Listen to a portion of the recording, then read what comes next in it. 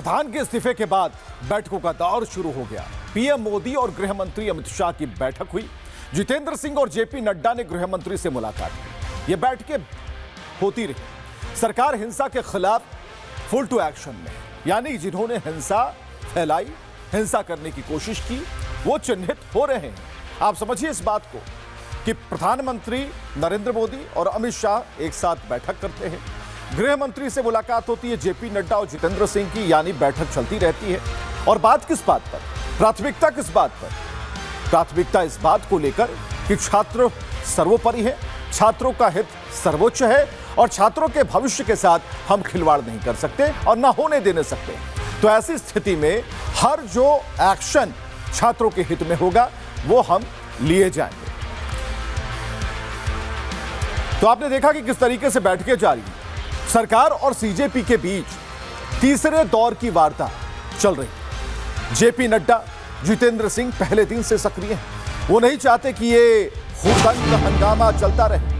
और एक बड़ी खबर हम आपको बता रहे हैं, सरकार और सीजेपी के बीच तीसरे दौर की बातचीत चल रही है और सीजेपी की तरफ से जो प्रतिनिधि बनाए गए हैं वो मुलाकात कर रहे हैं जेपी नड्डा और जितेंद्र सिंह से। ये उसकी तस्वीरें सामने आ गई और ये तस्वीर इस बात की तस्दीक करती है कि जो छात्र के हितों में जो फैसला होगा वो सर्वमान्य होगा, सभी के लिए होगा, सभी छात्रों के फायदे के लिए होगा और भारत के भविष्य से जुड़ा होगा। कहने का मतलब ये है कि जो आज इस्तीफा हुआ, जो इस्तीफा दिया गया धर्मेंद्र प्रधान का, उस चिट्ठी के एक एक मजमून को हमने पढ़कर सुना, एक एक शब्द को। और ये जो बातचीत चल रही है और मानव हमारे साथ बने हुए हैं, मानव बैठक चल रही है और ये तीसरी मीटिंग है।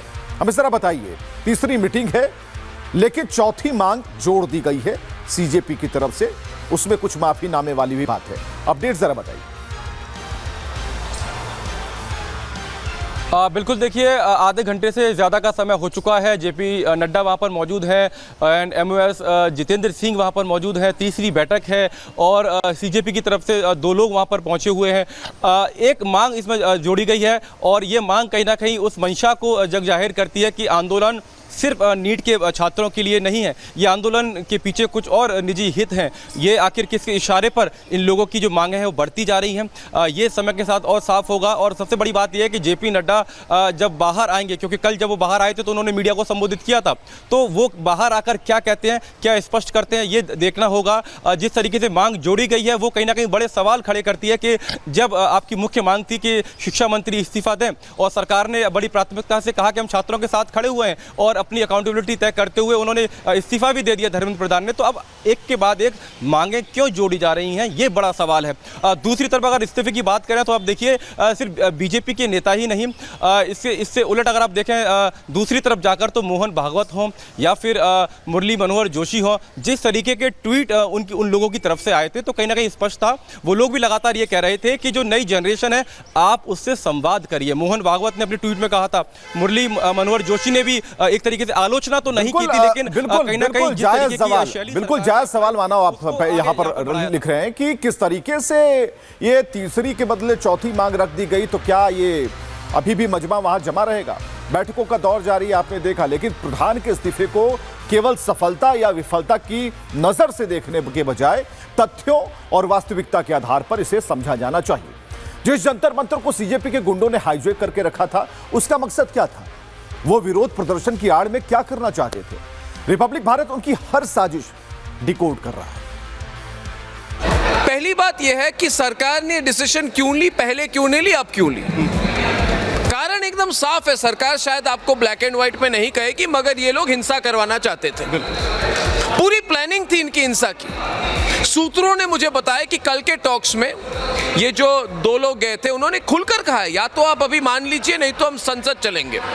और संसद चलने का मतलब क्या होता है? वो चाहते हैं 10,000 लोग संसद जाए, 100 पुलिसकर्मी सामने आए, कोई पुलिसकर्मी डंडा उठाए, फिर इसका वीडियो बनाए, रील बनाए, उसको मैग्नीफाई करे और कहे कि बच्चों को मारा जा रहा है। जबकि हमको सबको पता है कि टुकड़े टुकड़े गैंग, सरजील इमाम गैंग, ये सारे लोग वहाँ पे डिप्के के साथ खड़े थे।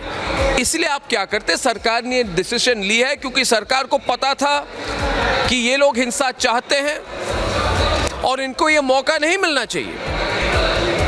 और आप इनकी भाषा को सुनिए। अगर उनको पूछा कि आज अगर कुछ नहीं होगा, अगर धर्मेंद्र प्रधान रिजाइन नहीं करेंगे तो क्या होगा, तो इसमें रंका ने क्या कहा? रंका ने कहा कि फिर देश भर में, पूरे देश में हम प्रदर्शन करेंगे। अब प्रदर्शन की जगह पर हिंसा लिख दीजिए। ये प्रदर्शन तो है नहीं, ये हिंसा चाहते हैं। यानी कि एक तरह से धमकी दी जा रही थी कि अगर आप नहीं मानेंगे, हमको सिंबॉलिक विक्ट्री चाहिए, तो फिर हम देश भर में हिंसा करा सकते हैं और करवा सकते हैं। इस वक्त उनका अपहरण है, इस वक्त। मगर खेल अब सीजेपी के लिए यहीं पे खत्म हो गया। आप बताइए मुझे, उनका अस्तित्व आज के बाद क्या है? कुछ भी नहीं। कब तक ये कॉकरोच करके देश भर में घूमते रहेंगे? अभी तक जितने राष्ट्रवादी लोग हैं, इन्होंने इनको देखा है, इनको टॉलरेट किया है, इनका तमाशा देखा है। दारू के बोतल्स फेंकते हैं लोगों पे, इनकी अश्लीलता देखी है, इनकी टुकड़े टुकड़े गैंग का अप्रोच देखा है। और कल तक तो इन्होंने मणिशंकर अय्यर को खड़ा करके वहाँ पे इन्होंने खुलकर सरजील इमाम की बहुत गाथा गाई है उन्होंने स्टेज से। तो हमने उनका खुला चेहरा देख लिया है। मगर सरकार के सामने ऑप्शंस बहुत कम थे। विवेक, सरकार क्या करती? क्या प्रधानमंत्री नरेंद्र मोदी इन लोगों को अलाउ करते कि ये दंगा करें और करवाएं? संसद में सोमवार को बड़ा लेजिस्लेशन आने वाला था और आने वाला है, वो पास किया जाएगा। राहुल गांधी और सीजेपी ब्रिगेड चाहते नहीं थे कि ये लेजिस्लेशन आए, मगर अब रोक के दिखाया उस लेजिस्लेशन को। यूनिफॉर्म सिविल कोड देश में हो रहा है, होता रहेगा। 2/3 की बहुमत अभी भी हो सकती है। क्या आपको लगता है कि देश में राजनीति बंद हो चुकी है? क्या आप लोग लग रहा है कि शरद पवार प्रधानमंत्री नरेंद्र मोदी को सुप्रिया सुले के साथ बुधवार को नहीं मिले? क्या आपको लगता है कि बीजेपी की 2/3 की बहुमत नहीं होगी सरकार? तो सरकार ने भी मन बना लिया है कि अगर ये ड्रामा चलता रहता तो संसद बंद हो जाता। अब मैं आपको अनौपचारिक तौर से कह रहा हूं कि आप देखिए अगले 2 हफ्तों में क्या क्या होता है पार्लियामेंट में। सब लेजिस्लेशन पास होंगे, FCRA बिल पास होगी, इनकम टैक्स अमेंडमेंट पास होगी, और इस संसद के सत्र के खत्म होने से पहले आप देख के रहिए डिलिमिटेशन और वुमेन्स बिल भी पास हो जाएगी। इसीलिए अगर सरकार, जो अंग्रेजी में कहते हैं 1 step forward to take 2 steps back, कभी कभी राम ऐसे सिचुएशन में शालीनता के साथ सोचनी पड़ती है। कोई आक्रामक होकर ड्रामा करके फायदा नहीं है।